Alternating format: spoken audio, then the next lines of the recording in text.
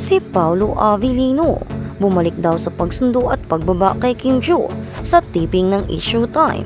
Tinawag ng fans ang kilos na sweet at maaalahanin. Kung bago ka lang sa channel na ito, huwag kalimutang mag-like, share, comment, and subscribe.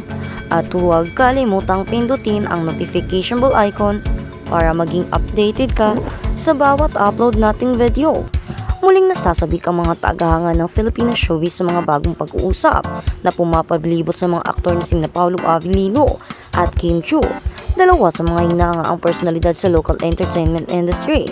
Ang mga kamakailang obserbasyon mula sa mga tagahanga at online followers ay nagbunsod ng mga talakayan na maaaring ipinagpatuloy ni Paolo ang personal na pagsundo at paghatid kay Kim Chiu sa kanyang mga taping para sa sikat na noontime programa na It's Showtime. Bagamat walang opisyal na kumpirmasyon mula kay Kim o Paolo tungkol sa mga pahayag na ito, sapat na ang posibilidad na makapagdulot ng kaguluhan sa mga tagahanga. Marami ang napunta sa social media upang ipahayag ang kanilang paghanga na tinawag ang kilos na ito ng matamis, mature at maaalahanin. Lalo na sa isang industriya kung saan ang mga pampublikong relasyon ay madalas na sinisiyasat at sensasyon. Mga tahimik na galaw na nagbubunga ng malaking pag-uusap. Ayon sa mga tagahanga at ilang tagamasid sa industriya, nakitang madalas dumating si Paolo sa parehong oras na nakaschedule si Kim Chiu sa It's Showtime. Pansinin ng mga tagamasid na pinapanatili nga ang mababang profile, iniiwasan ang hindi kinakailangang atensyon. Habang nananatiling palagi ang naroroon ang pattern na ito, ay nagbunsod sa maraming na mag-isip-isip na si Paolo ay nagsisikap na matyak ang kaginawaan at kaligtasan ni Kim Chiu sa gitna ng kanyang abalang schedule. Hindi tulad ng mga grand romantic gestures na kadalasang nagiging viral online. Sinasabi ng mga taga-suporta na ang kapansin-pansin ay ang tahimik na pagkakapare-pareho ng presensya ni Paolo. Walang magkarbong mga post, walang dramatikong pampublikong pahayag, mga simpleng aksyon lang na sa maraming tagahanga ay nagsasalita ng mga volume.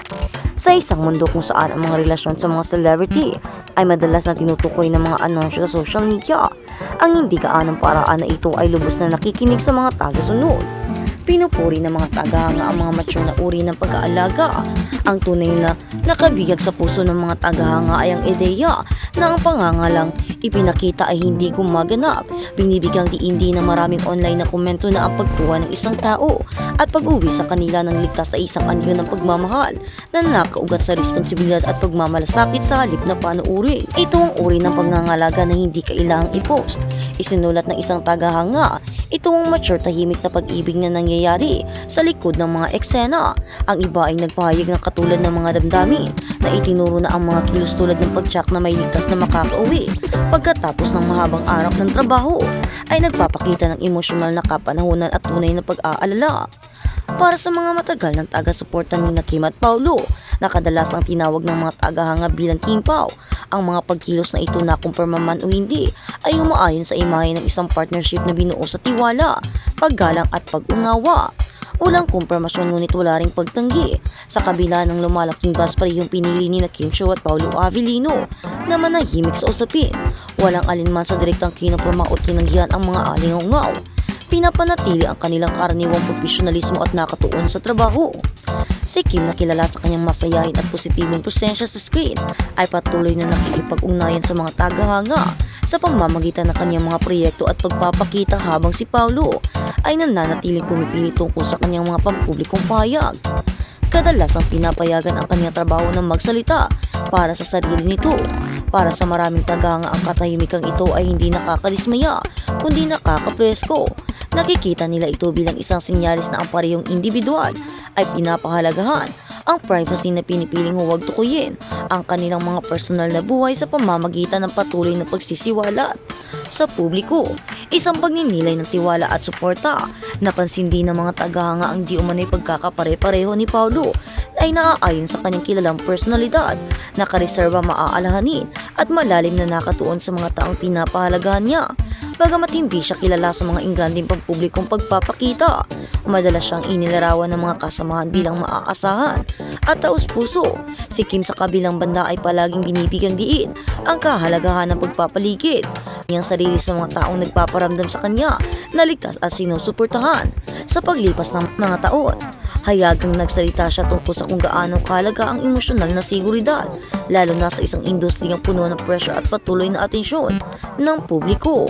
Ang ideya na maaaring tinityak ni Paulo na ligtas siyang maglakbay, papunta at pabalik sa trabaho ay lubos na sumasalamin sa mga tagahanga na humahanga kay Kim hindi lamang bilang isang celebrity, kundi bilang isang masipag na individual na nagbabalanse ng maraming responsibilidad. Ang mga espekulasyon tungkol sa mga kaayusan sa pamumuhay ay nananatiling hindi nakumpirma. Kasabay ng mga talakayan tungkol sa pick-up at drop-off routines, ang ilang mga tagahanga ay nag-iisip din na sina Kim at Paulo ay maaaring gumugol ng mas maraming oras na magkasama o kahit na magkasama sa parehong lugar ng tirahan. Gayunpaman, ang mga ito ay nananatiling puro haka-haka at hindi na na-verify. Karamihan sa mga taga-suporta ay sumasang-ayon na ang gayong mga bagay na malalim na personal at dapat igalang. Binigyan hindi na maraming tagahanga na ang tunay na mahalaga ay hindi ang mga detalye ng kanilang pribadong buhay, ngunit ang maliwanag na paggalang at pangangalaga na tila umiiral sa pagitan nila. Hindi mahalaga kung saan sila nakatira, komento ng isang tagahanga. Ang mahalaga ay bantayan nila ang isa't isa. Ang pagkilos sa mga anunsyo ang isang paulit-ulit na tema. Sa mga talakayan ng tagahanga ay ang ideya ng mga aksyon ay nagsasalita ng mas malakas kaysa sa mga salita sa isang panahon kung saan ang mga relasyon ay madalas na inaanunsyo sa pamamagitan ng maingat na accurate na mga post. Marami ang nakikitang makubuluhan kapag ang pangangalaga ay pinapakita sa halip sa pamamagitan ng pang-araw-araw na pagkilos. Naniniwala ang mga taga-suporta na kung talagang nagsusumikap si Paulo na makasama kay Kim sa kanyang mga taping, ito ay sumasalamin sa isang dinamikong relasyon na batay sa paggalang sa isa't isa kaysa sa pagpapatunay sa publiko. This kind of love does not need a press release. Another fan wrote, "It's still not announced." Ang kahalagahan ng kaligtasan at suporta sa showbiz. Ang pagtatrabaho sa industriya ng entertainment ay kadalasang nangangahulugan ng mahabang oras, hindi inaasang schedule at mataas na antas ng stress. Para sa mga maraming mga artista, ang pagkakaroon ng isang taong maaasahang masasandalan ay maaaring gumawa ng malaking pagkakaiba. Binigyang diin ng mga tagahanga na ang pagtsak na ligtas na makakauwi ang isang kasamaan o kasosyo pagkatapos ng trabaho ay hindi lamang romantiko kundi responsable din. Sa kontekstong ito, ang mga di umano'y aksyon ni Paulo kung totoo ay nakikita bilang tanda ng tunay na pag-aalala sa halip na isang hakbang na hinimok ng posibilidad. Si Kim Chiu na nagbabalanse sa hosting duties, acting projects at endorsements ay isa sa mga pinaka-busy na schedule sa showbiz. Naiintindihan ng mga tagahanga kung gaano kabuluhan ang pagkakaroon ng isang taong tahimik na sumusuporta sa kanya sa likod ng mga eksena.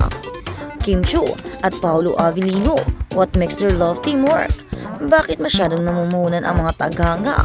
Ang interes ng publiko sa koneksyon ni Kim at Paulo ay nagmumula hindi lamang sa kanilang kasikatan kundi pati na rin sa paraan ng kanilang paghawak ng atensyon.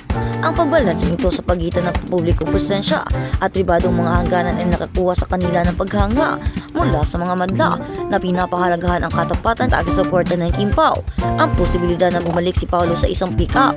Ang draft-off routine ay simbolo ng mas malalim na antas ng commitment, isa na nagbibigay prioridad sa pangangalaga, kaligtasan at emosyonal na presensya, paggalang sa privacy, habang ipinagdiriwang ang posibilidad, habang ang mga tagahanga ay sabik na ipinagdiwang kung ano ang nakikita nila bilang isang positibo at nakakapagpapasiglang pag-unlad. Marami rin ang nagbibigay diin sa kahalagahan ng paggalang. Mga hangganan, kinikilala nila ang mga kilalang tao. Sa kabila ng kanilang mga pampublikong tungkulin ay may karapatan sa pribadong buhay na walang patuloy na pagsisiyasat.